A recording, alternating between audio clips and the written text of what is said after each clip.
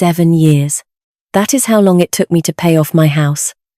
Not a mansion, not some magazine-worthy colonial with a wraparound porch and hydrangeas lining the walkway. A 3-bedroom bungalow off Mineral Springs Road, just south of Asheville, with a kitchen barely big enough for 2 people to stand in without bumping elbows, and a backyard that was more weeds than grass when I signed the papers. But it was mine. Every square foot, every creak in the hallway floor, every stubborn cabinet door that only closed if you lifted it slightly and pushed left. Mine. My name is Wren.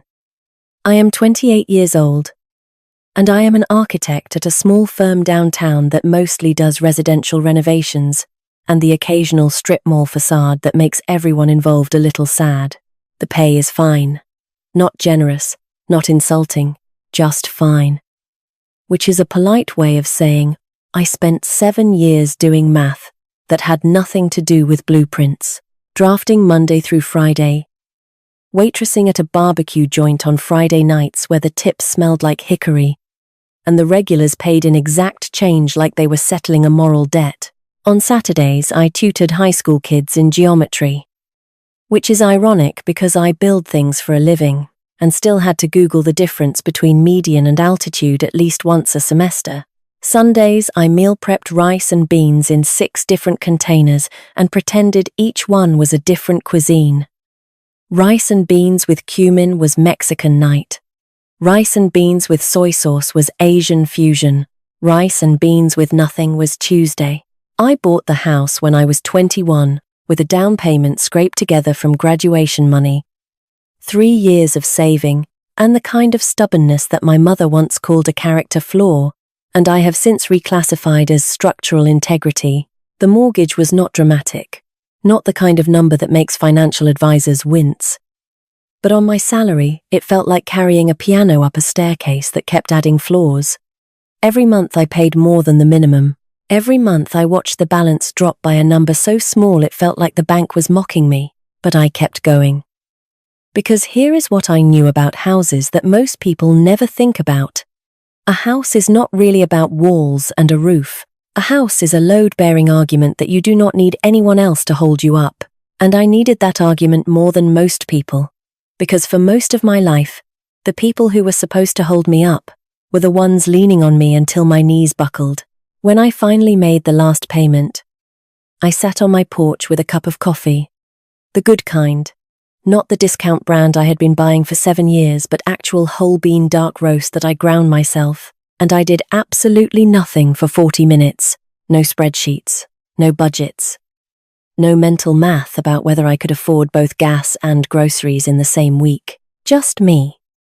The porch I had repainted twice because the first color looked like a bruised peach.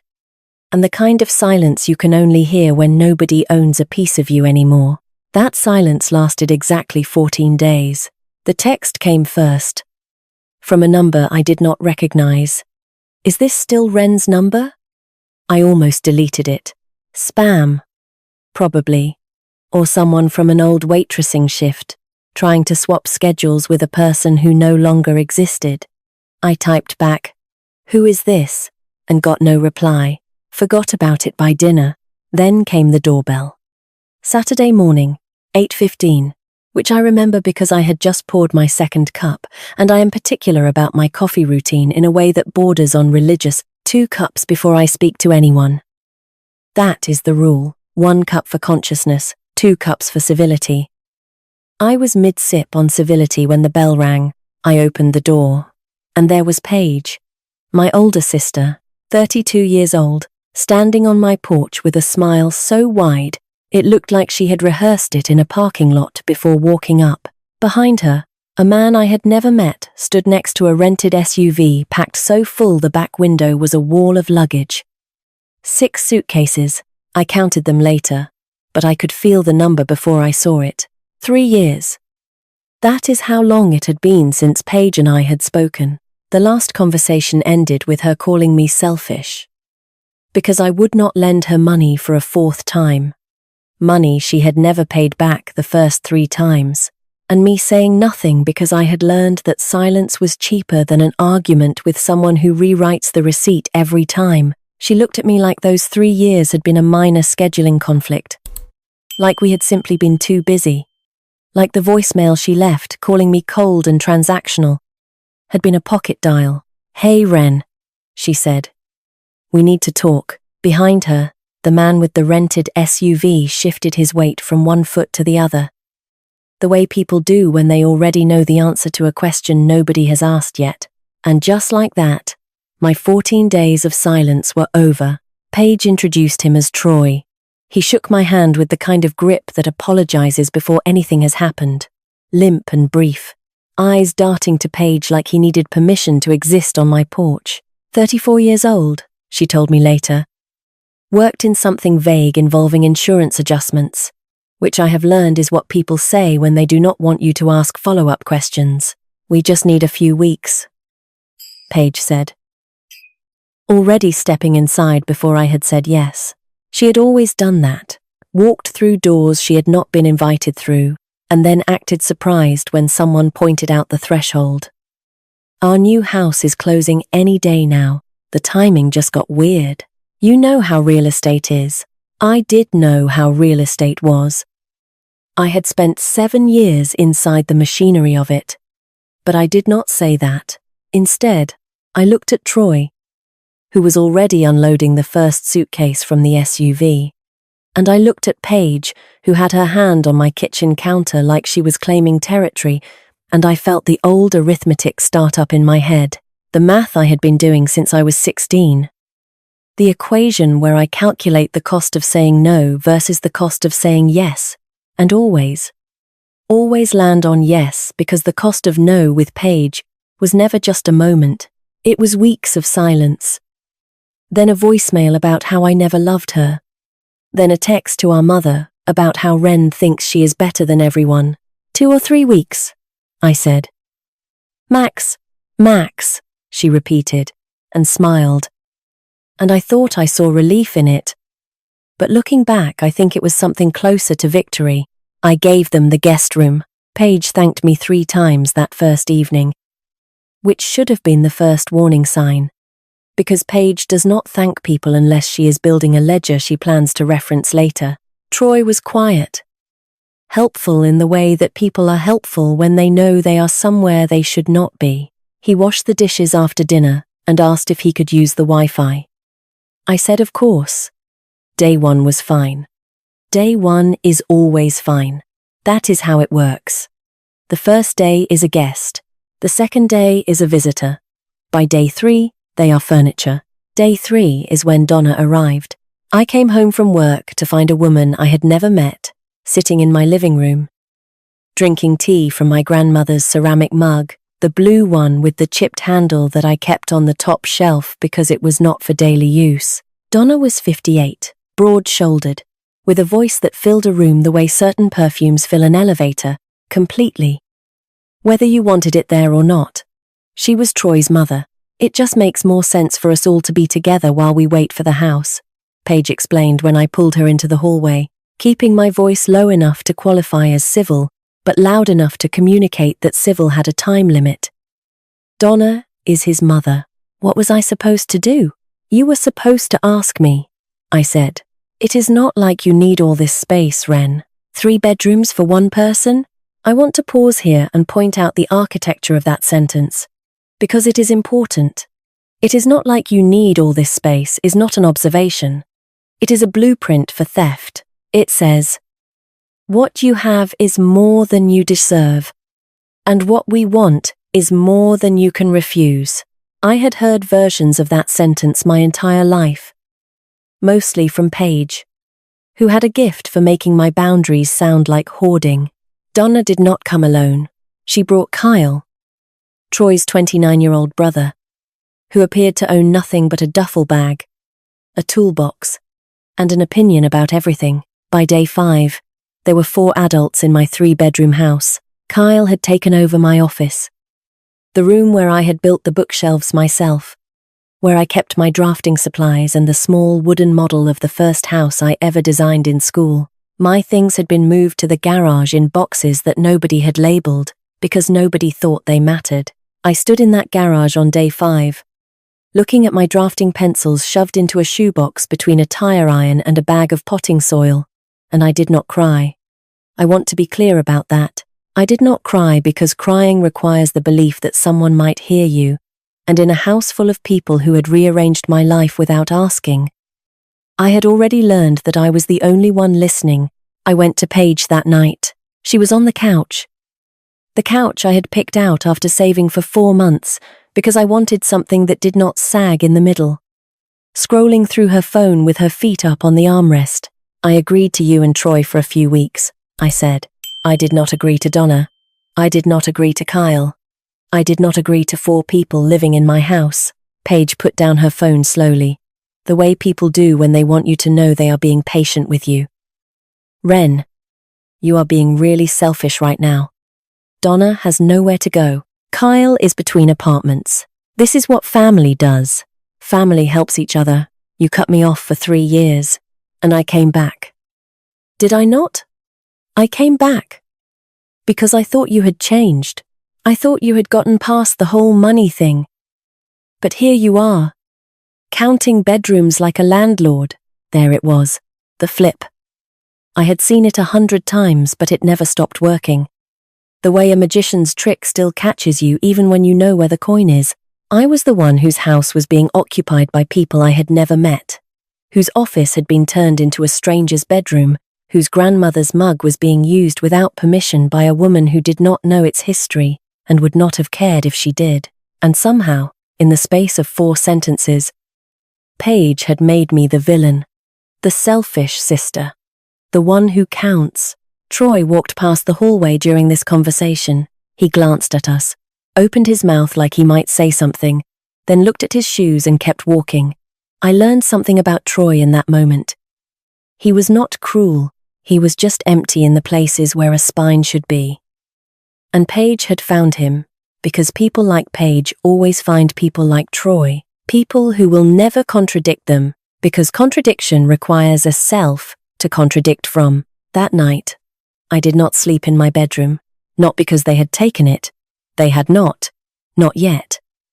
But because getting there meant walking past Kyle's room and Donna's room, past the sound of someone else's television playing through walls I had painted myself, past the smell of someone else's cooking in my kitchen. I lay on the couch in my own living room, which is a sentence that should not make sense but made perfect sense in my house that week, and I listened to 4 people breathe through walls I had paid for with 7 years of my life. This is temporary, I told myself. They said weeks.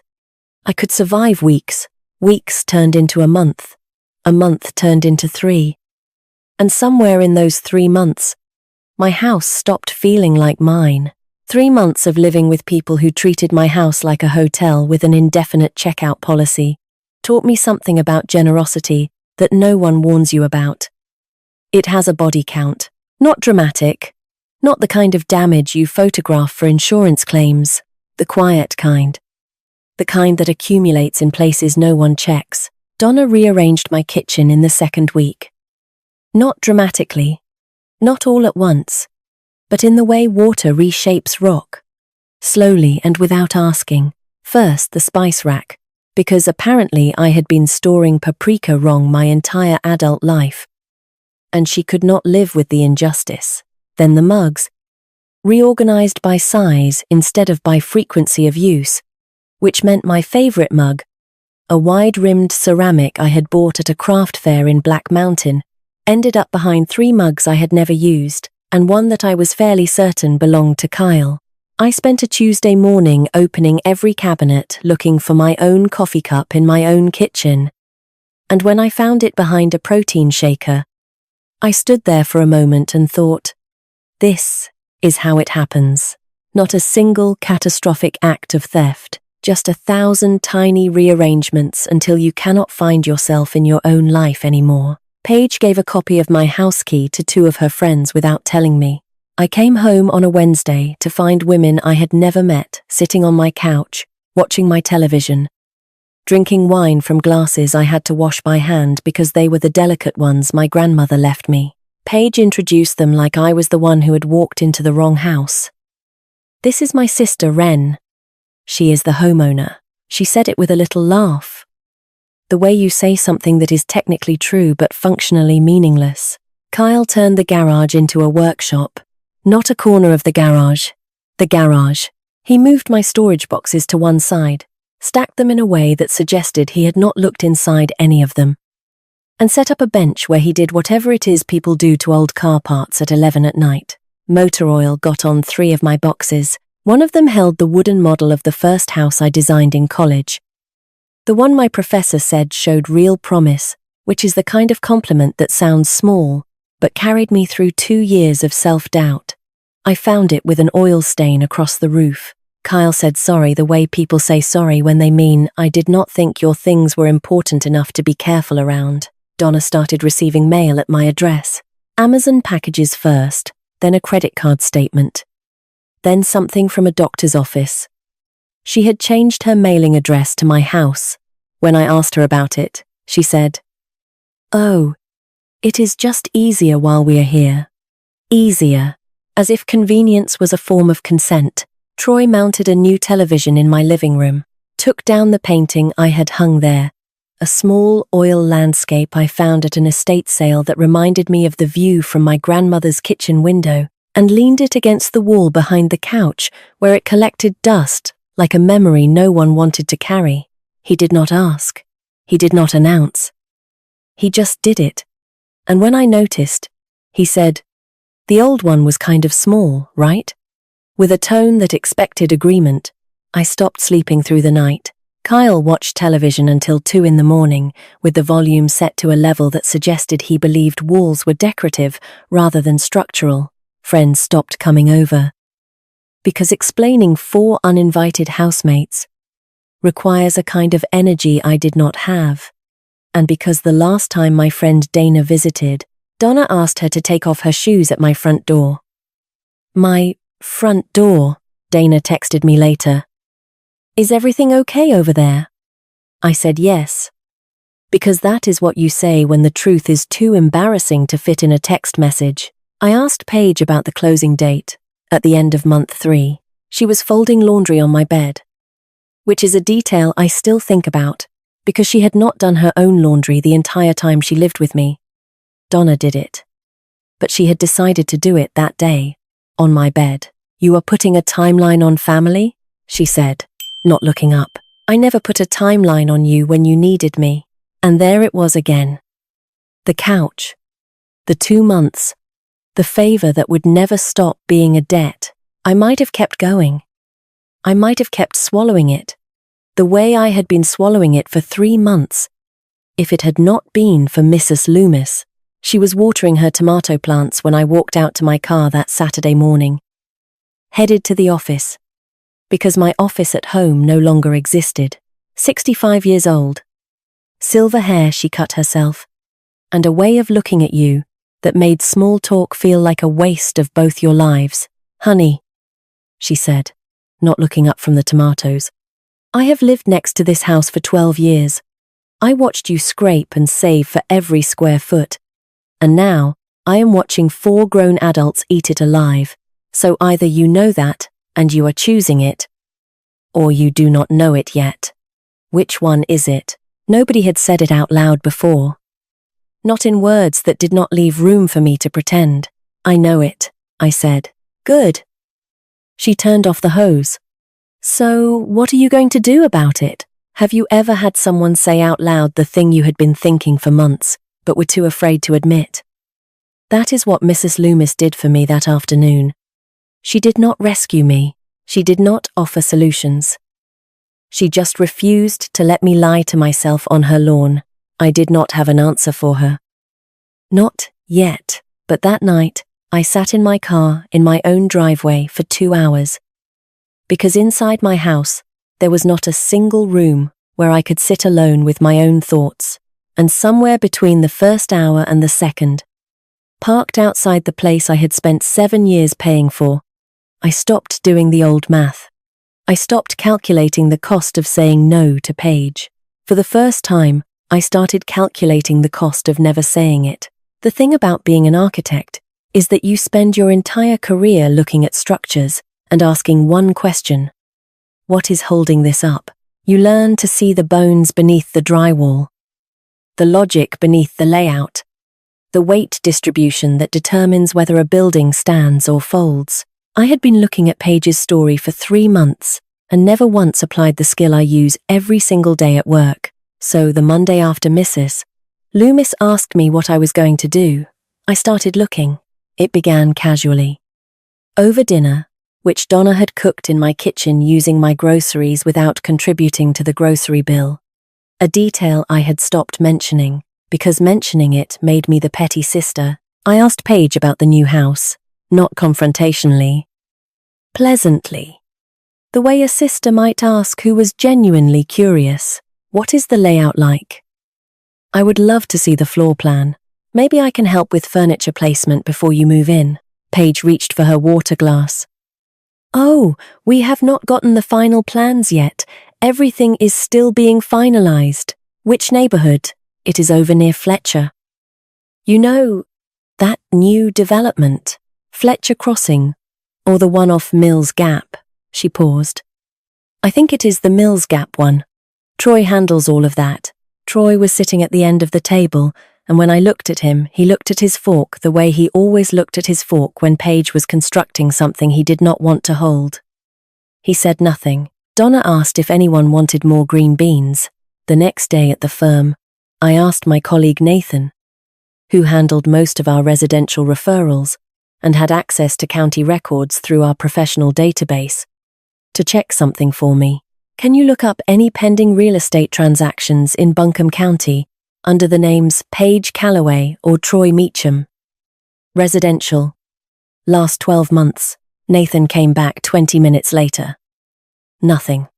No pending sales, no mortgage applications, no pre-approvals. You sure about the names? I was sure.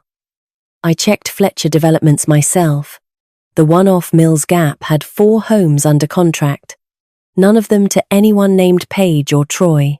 The other development, Fletcher Crossing, was still in the framing stage and was not selling units yet. I knew this because our firm had consulted on the drainage plan 6 months ago. There was no house. There was no closing date. There may never have been either. I sat in my car during lunch and let that fact settle into me the way concrete sets. Slowly. Then all at once. Then permanent. Paige had shown up at my door with a story built on nothing. A structure with no foundation. No permits. No load-bearing walls. Just a facade designed to get her through my front door. And it had worked. Because I had been so busy being the kind sister that I forgot to be the smart one. I did not confront her. Not yet. Because confrontation with Paige was like arguing with a building inspector who keeps changing the code. She would deny, deflect, cry, and by the end of the conversation I would be apologizing for asking. I needed a different approach. I needed to think like someone who designs exits for a living. That Thursday, I drove to a barbecue joint I had not visited in 2 years. Not the one where I used to waitress. That place closed during the pandemic. But the one across town where a man named Rico now ran a small contracting business out of the back office. Rico and I had worked Friday night shifts together for 3 years. Him behind the bar, and me running plates, back when I was 22 and too tired to be anything but honest with the people standing next to me in the weeds. He was the kind of friend you make at midnight, when the kitchen is backed up, and someone has to tell table 9 that their brisket is going to be another 20 minutes. Those friendships are built on a very specific foundation. Mutual suffering. And the ability to laugh about it while it is happening. Rico was 6'2", built like someone who moved heavy things for a living because he did. With tattoos covering both forearms and a beard that made first impressions work hard. He was also the kind of person who named his cats Pancake and Waffle, cried during nature documentaries, and once drove 40 minutes to bring me soup when I had the flu because, as he put it, you sounded like you were dying, and I was not going to have that on my conscience. I sat across from him in his office, which smelled like sawdust and coffee that had been on the burner too long. And I told him everything. The 6 suitcases. Donna's mail, Kyle's oil stain on my model house, the couch I had been sleeping on, the closing date that did not exist. Rico listened without interrupting, which is how you know someone is actually listening. When I finished, he leaned back, crossed his arms, and said, "So you want them out, but you do not want to be the bad guy. I want them out. And I do not want to give Paige a story she can tell for the next 10 years about how her mean little sister threw her family onto the street." He nodded slowly. "What if they chose to leave? They will not.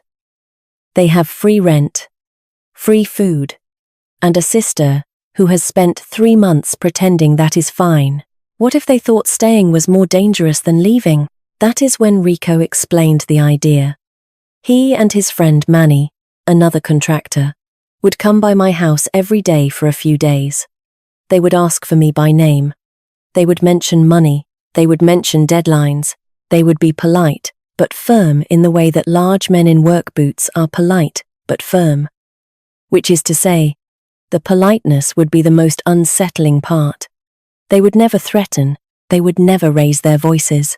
They would simply show up, ask for Ren, and leave behind the implication that Ren owed serious people serious money, and that this address was now on a list that nobody wanted to be on. "You will not be home," Rico said. "You will be somewhere safe. Your sister and her people will be the ones answering the door, and people who moved into someone else's house for free are not the kind of people who stick around when the cost of staying starts to feel real." I looked at him for a long time. "You would do that? Ren, you spent 3 years bringing me extra brisket on Friday nights when I was broke. I owe you at least 4 days of looking intimidating." He paused. "Also, Manny has been bored since his last job ended, and he is driving his wife insane. So honestly, you would be doing her a favor." I laughed. It was the first real laugh in 3 months, and it came out louder than I expected, like something that had been trapped behind a wall finally finding the crack. That weekend, I told Paige I had a work trip coming up. Site visits in Charlotte, 3 or 4 days, maybe longer. She barely looked up from her phone. "Okay," she said. "Do you want me to water your plants?" My plants. She had moved them off the windowsill in the first week to make room for Donna's herb pots. "Sure," I said. "That would be great." I packed a bag that night, but before I left the next morning, I took 3 things with me that had nothing to do with Charlotte. My house deed, my laptop, and the oil-stained model of the first house I ever designed. I put them in a box and drove them to Mrs. Loomis's guest room, which she had already made up without me asking. "Took you long enough," she said, handing me a key. "Coffee is ready. I use the good beans. None of that discount nonsense you have been drinking for 7 years." I was starting to think Mrs. Loomis had been paying closer attention than anyone. Rico texted me at 11:14 on Monday morning. Curtain up. I was sitting in Mrs. Loomis's kitchen, eating toast I did not taste, watching her water her tomato plants through the window like it was any other Monday. My house was 2 doors down. From where I sat, I could see the edge of my driveway, the corner of my porch, and Donna's wind chime that she had hung from my eaves without asking 3 weeks ago, a ceramic thing shaped like hummingbirds that clattered in the breeze like tiny bones arguing. At 11:20, a black pickup truck pulled up to my house. Rico got out first, then Manny, who was roughly the dimensions of a refrigerator someone had taught to walk. They wore work boots and flannels, which was not a costume because that is what they actually wear, but in context, it carried a different kind of weight. Rico walked up to the front door, knocked 3 times. Firm, deliberate, the kind of knock that does not need to be loud because the rhythm already says everything. Donna opened the door. I could not hear the conversation from Mrs. Loomis's kitchen, but I watched Donna's posture change. She had answered the door standing tall, the way she always stood, like she was the hostess of wherever she happened to be. By the time Rico finished his first sentence, her shoulders had pulled inward. She said something. Rico said something back. She closed the door before he had turned around, and I saw the deadbolt turn. Rico got back in the truck. He did not look at Mrs. Loomis's house. He drove away. 40 seconds. That was all it took. My phone buzzed 12 minutes later. Paige. I let it ring. She called again. And again. Then a text. Ren, there were men at your door asking for you. What is going on? I did not respond. I poured more coffee and Mrs. Loomis, who had been watching the entire thing from her porch, with the dedication of someone attending a one-act play she had waited years to see, came inside and said, that big one barely said 10 words, and the wind chime lady looked like she saw a ghost. Your friend is good. Day 2.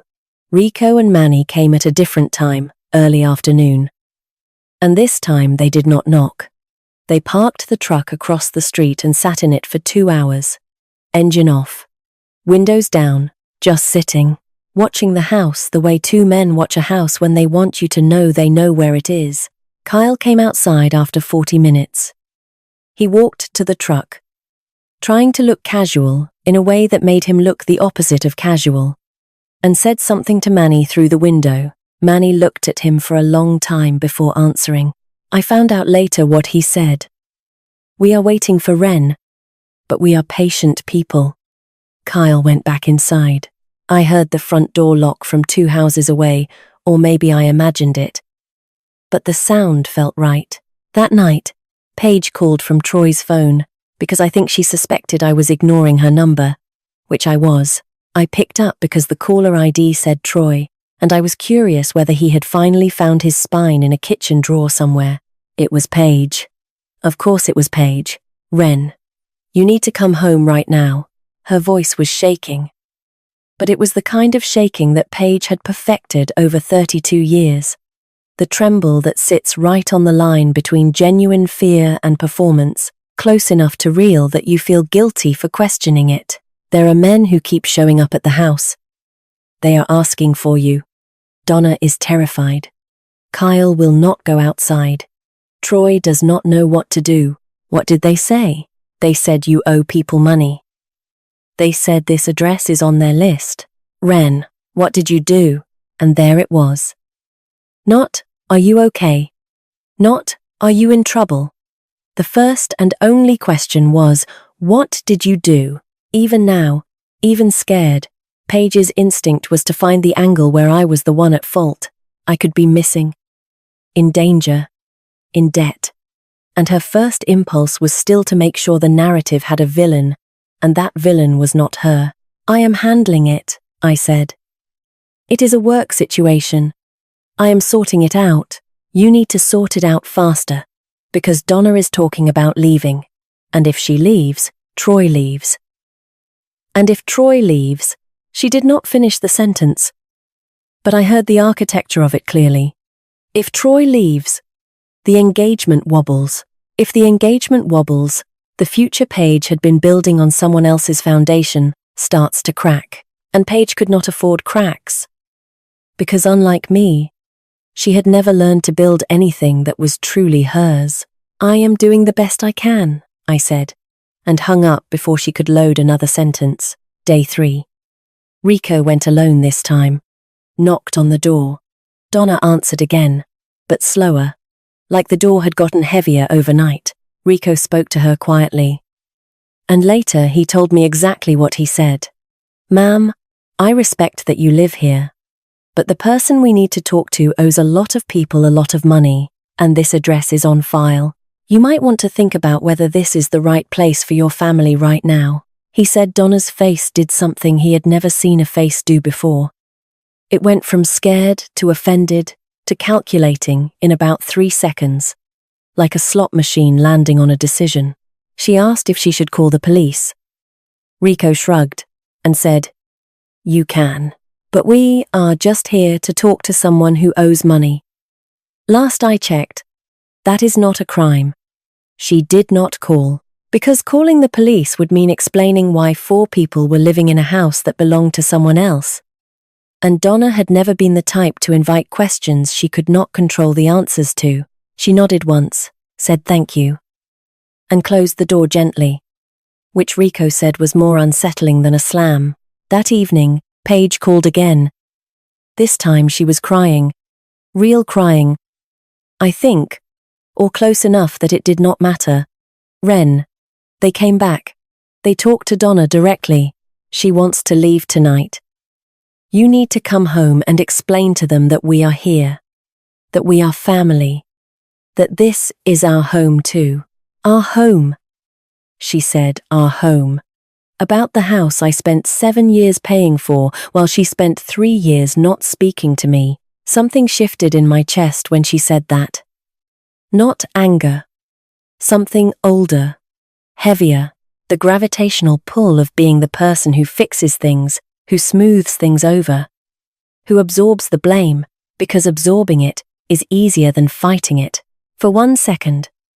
One stupid, familiar second. I almost said I would come home.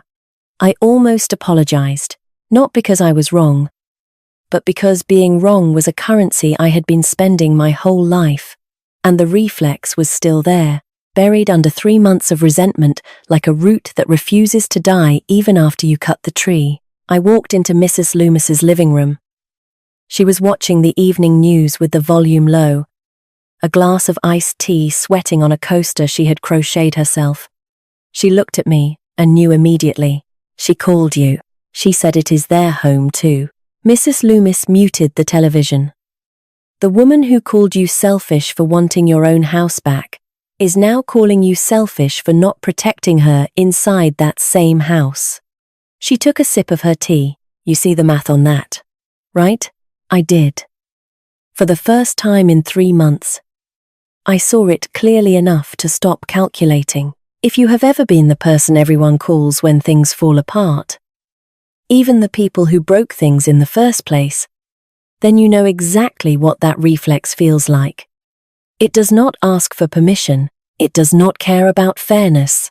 It just fires, like a muscle memory you trained in childhood and never unlearned. The question is not whether you feel it. The question is whether you keep answering.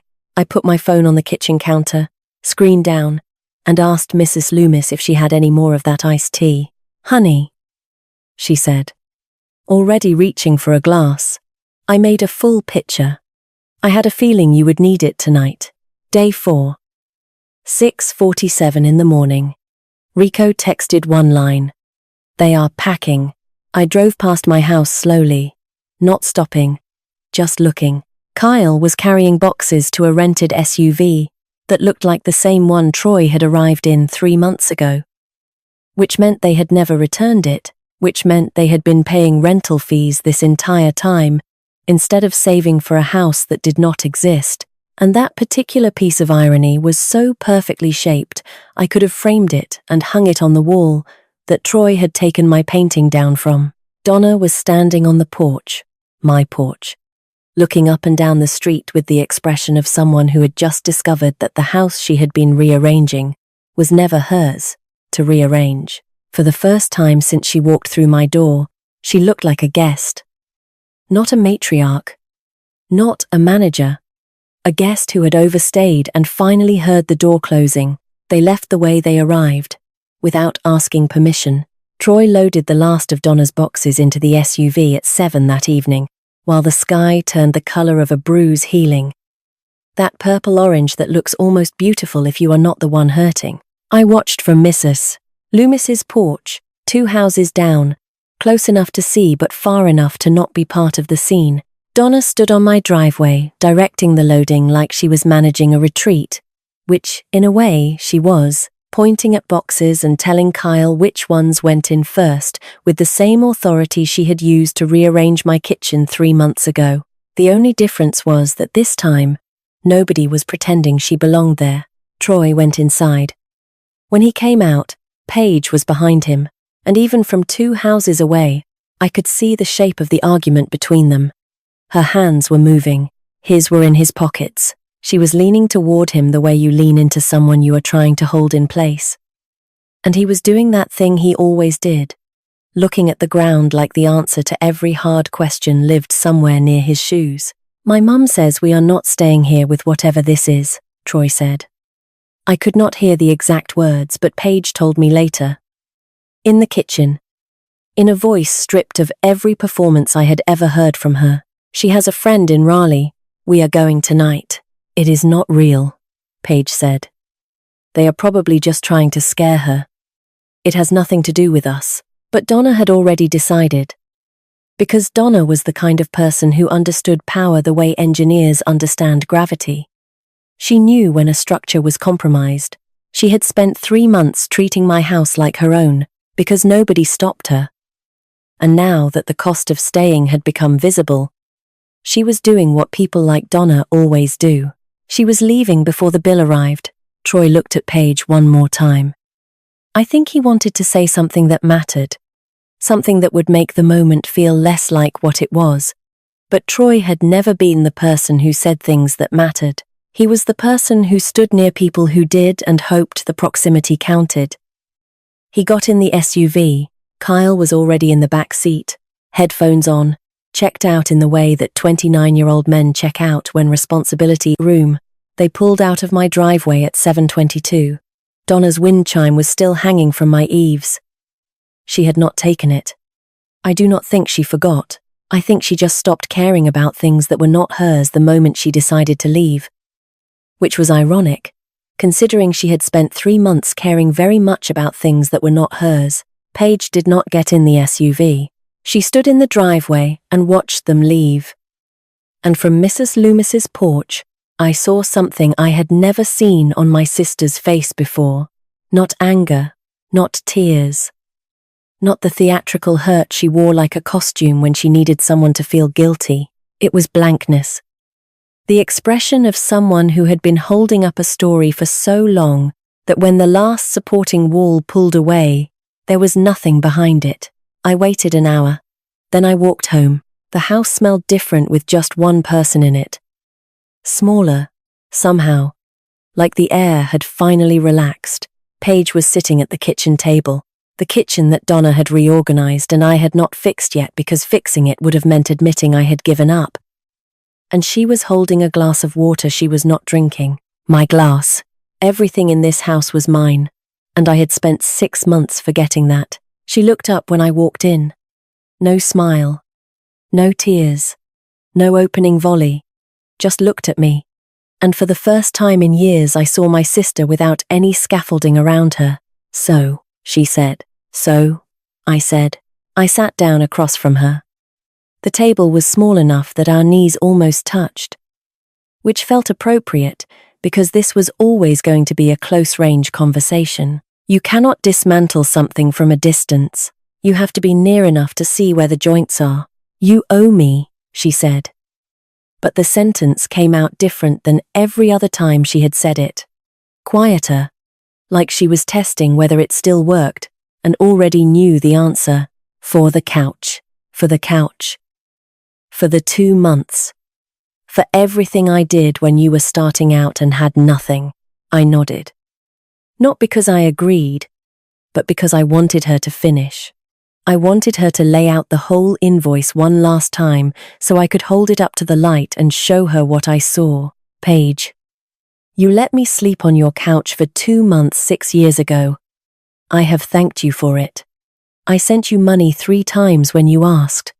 I forgave the loan you never paid back, and when you showed up at my door after 3 years of not speaking to me, I opened it. I gave you a room. Then I gave your fiancé a room.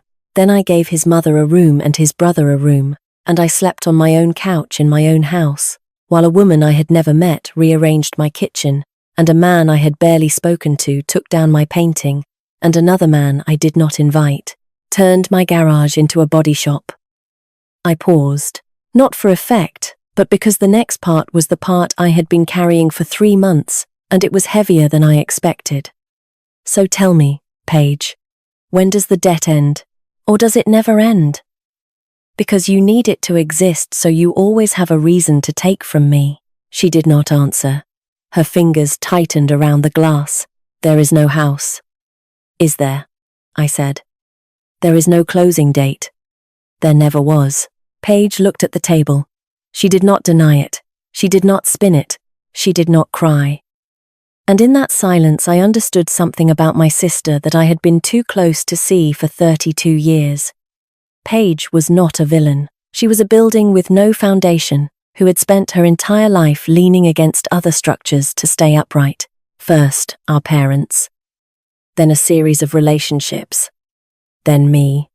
Then Troy's family. She did not take from people because she was cruel. She took because she had never built anything of her own, and she did not know how to stand without borrowing someone else's walls. That did not make it okay. Understanding the engineering of a collapse does not mean you are obligated to live inside the rubble. I could have ended her that night. I knew the truth about the house. I could have called Troy, told him Paige had been lying about the closing date, about the whole thing, and watched the engagement dissolve over speakerphone. I could have told Donna, who would have cut Paige out of Troy's life with surgical precision. I had the blueprint for my sister's destruction spread out on the table between us, and all I had to do was build it. But I looked at her sitting in my kitchen, alone for the first time in months, maybe for the first time in years, and I realized I did not want to destroy her. I wanted my house back. I wanted my mornings back. I wanted to drink coffee on my porch in the silence I had earned and not owe anyone an explanation for it. I did not need Paige to suffer. I just needed her to leave. You have until Sunday, I said. Pack your things. And when you go, leave the key on the counter. Paige opened her mouth. Closed it. Opened it again. I watched her cycle through every response she had ever used on me. The guilt, the tears, the accusations, the history. And I watched each one die before it reached her lips because she could see, for the first time, that none of them would work. Not tonight. Not with me sitting across from her in a house I had paid for with 7 years of my life, looking at her with the kind of calm that comes not from anger, but from being finished. She stood up, pushed in her chair, walked to the guest room without saying a word. I sat at the kitchen table for a long time after that. The house was quiet in a way it had not been quiet in 6 months. The kind of quiet that is not empty but full of space that belongs to you again. I opened every cabinet in the kitchen and looked at the mess Donna had made of my system. Mugs in the wrong place. Spices alphabetized instead of organized by frequency. My grandmother's blue ceramic shoved behind a row of glasses that nobody in this house had bought but me. I did not fix any of it that night. There would be time for that. For now, it was enough to know that the kitchen was mine to fix. Sunday came the way good mornings come after bad seasons. Quietly, without announcement, like it had always been there waiting for me to notice. Paige packed her things in 2 suitcases, not 6. The way she arrived, because some of the things she had brought were Donna's, and some were Kyle's, and some were Troy's. And when the people you lean on walk away, they take the scaffolding with them. She moved through the house slowly. Not because she had a lot to gather, but because I think she was trying to memorize a version of the story she could tell later, one where she left on her own terms instead of being the last person standing in a building everyone else had already evacuated. I stood by the front door, not blocking it, not guarding it, just standing there. The way you stand at the end of something you have been waiting to finish for a long time. She carried her suitcases to the porch, set them down, and looked at me. She opened her mouth. I saw the shape of a word begin to form. Maybe sorry, maybe something sharper, maybe one last attempt at the old arithmetic. But whatever it was, she swallowed it, picked up her bags, walked to her car, got in, pulled out of the driveway without looking back, which I respected, because looking back would have required her to see the house she never paid for and the sister she never thanked, and some views are easier to skip. She left the key on the counter, next to the coffee mug she had been using for 6 months. My coffee mug. I picked up the mug, washed it, dried it, and put it back on the shelf where it belonged. Second shelf, left side. Handle facing out. It is a small thing, But small things are how you rebuild. You do not start with the roof. You start with the cup you drink your coffee from, and you put it where you want it, and nobody moves it but you. That first week was renovation. Not the kind I do at work, with blueprints and permits and client approvals. The personal kind. The kind nobody teaches you, because it is not a skill you are supposed to need. I repainted Kyle's room, the room that used to be my office. A color called Quiet Harbor that looked almost blue in the morning and almost grey at night. I moved my drafting table back in, rebuilt the bookshelves Kyle had shifted to make room for his duffel bag, put the oil-stained model house on the top shelf where I could see it from my desk, because the stain was part of its story now and I was done hiding things that had survived damage. I took down Donna's wind chime from the eaves and put it in a box in the garage. I did not throw it away. Throwing it away would have been a statement, and I was done making statements about people who were no longer in my life. It just went in a box. And the box went on a shelf. And the shelf was in a garage that smelled like sawdust again instead of motor oil. Rico came by on Wednesday with a six-pack and a look on his face like a man who had thoroughly enjoyed a project and was slightly disappointed it was over. "You know, Manny asked me if we are doing this again next week," he said, sitting on my porch in the chair Donna used to claim. "I think he found his calling. I might have to talk him out of a career change. Tell him I will write a reference letter," I said. "You paid for this place 7 years," Rico said, looking at the house like he was seeing it for the first time, which, in a way, he was, because this was the first time he had seen it without strangers living inside it. I just showed up for 4 days. 4 very convincing days. Manny did most of the convincing. I was just the driver with the beard. Mrs. Loomis brought over a pecan pie that Friday, set it on my kitchen counter, and looked around the room with the expression of a woman inspecting a building after a storm. "Your porch looks better without all that extra furniture," she said, and I knew she meant both the literal furniture Donna had added and the figurative weight of 4 people who had treated my home like a waiting room they did not have to pay for. "Thank you," I said, "for the pie and for everything else. Do not thank me. I have been bored since my husband passed. You gave me something better than television." She paused at the door. "You also gave me faith that the girl I watched carry groceries up that driveway in the rain for 7 years was not going to let anyone take what she built." I was starting to worry. The updates about Paige came in fragments over the following weeks. The way gossip travels in small towns. Not because anyone was trying to inform me, but because small towns have a circulatory system, and information is the blood. Paige and Troy were staying with Donna's friend in Raleigh. The wedding had been postponed. Donna apparently told Troy that Paige had too much baggage, which is a remarkable thing to say about someone whose primary baggage was that she let her family move into her sister's house, but Donna had never been interested in accuracy, only in narrative control. Paige sent me one text. 3 weeks after she left. 5 words. "I hope you are happy now." I read it sitting on my porch, drinking the good coffee. The dark roast I grind myself. The one I could not afford for 7 years, and now drink every single morning because I earned it. I thought about responding. I thought about explaining that happiness was not the point. That the point was ownership. Not of a house, but of a life.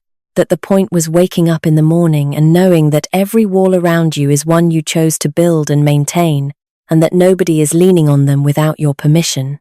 I did not respond. Some answers are better delivered by silence, and I had learned from the best. Paige had given me 3 years of it once. I could give her a lifetime. Kyle posted something on social media that same week. A quote about toxic family members and knowing your worth. I did not comment, but Mrs. Loomis showed me on her phone, and we laughed about it for a solid 5 minutes, the kind of laughter that comes from a place of exhaustion and relief, the kind that sounds like a door finally closing all the way. Saturday morning. 6 weeks after they left, I sat on my porch with my coffee. The same porch I had sat on the morning after I made the last payment, and I did nothing for 40 minutes. No spreadsheets, No budgets, no mental math, just me, the porch I had repainted twice, and the silence I had paid for, but it sounded different this time. Not just the silence of debt paid off, the silence of a door I had finally learned to close. People will tell you that kindness is its own reward. And maybe it is, but what nobody tells you is that some people will treat your kindness like a checking account, making withdrawals until the balance hits zero and then blaming you for being empty. They will call it family. They will call it loyalty. They will call it love. And they will keep writing checks against your name until you learn the only word that stops the transaction. No. Not no with anger. Not no with a speech. Just no. Calm, clear, and final, like a door that locks from the inside. So here is what I want to leave with you. If someone in your life has been writing checks against your kindness for years, when was the last time you checked the balance? And if it is running low? If you have been standing in your own kitchen, wondering where your coffee mug went, if you have been sleeping on your own couch because the rooms you paid for are full of people who never asked and never thanked you, then I need you to hear this. The key is on the counter. The door is yours, and you are the only one who gets to decide who walks through it.